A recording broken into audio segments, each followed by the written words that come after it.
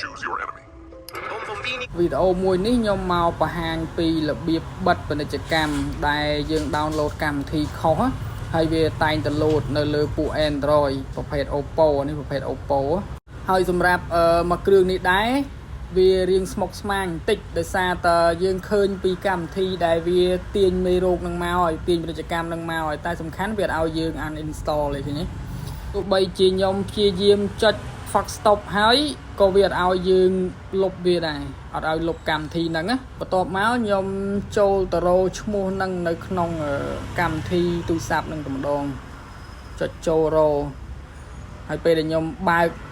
ចង់និយាយថាពេលដែលយើងចុចពីលើវាក៏វាអត់ឲ្យយើង uninstall ដែរឃើញទេវាមានតែពាក្យថា cancel តែប៉ុណ្្នឹងឯងអញ្ចឹងឥឡូវខ្ញុំ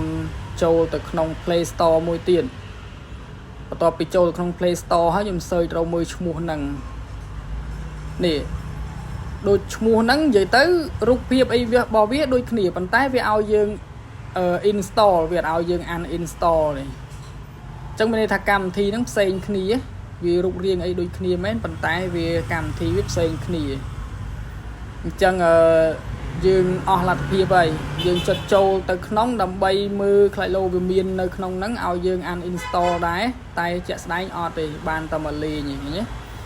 អញ្ចឹងនេះខ្ញុំបង្ហាញបន្តិចកន្លែងនេះខ្ញុំព្យាយាម clear អស់ហើយណា clear data clear អីអស់ហើយប៉ុន្តែជាក់ស្ដែងពេលដែលយើងចុចចូលទៅ uninstall នៅតែអត់តោះឥឡូវនេះខ្ញុំមកធ្វើការបង្ហាញតាក់ទងនឹងកន្លែងលុបទាំងអស់គ្នាអញ្ចឹងបន្ទាប់ពីយើងធ្វើគ្រប់វិធីសាស្ត្រអស់ហើយនៅតែជាប់អញ្ចឹងបងប្អូនចូលមកតាមខ្ញុំនេះតាមដែលខ្ញុំបង្ហាញនេះ password and security ហ្នឹងបន្ទាប់មកចុចចូលកន្លែង system security ហើយបន្ទាប់មកយើងចុចចូលយើងអូសចុះទៅក្រោមណា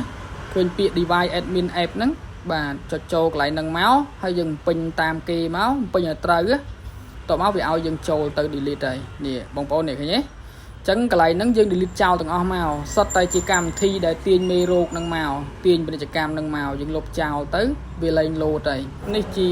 វីដេអូចែករំលែកចំណេះដឹងតិចតួចសម្រាប់បងប្អូនអ្នកប្រើហើយនិងមិត្តជាងយើងទាំងអស់គ្នាណា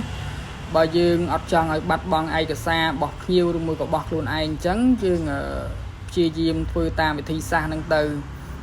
វាបាន 100% គឺវាមានជាប់ទៀតទេពេលណាដែលយើងលុបចោលទាំងអស់ហ្នឹងហើយវាលែងជាប់ហើយអញ្ចឹងណាហើយបើសិនជាបងប្អូនមានបញ្ហាទូរស័ព្ទបែបនេះអាចតាក់ទងខ្ញុំបានអរគុណ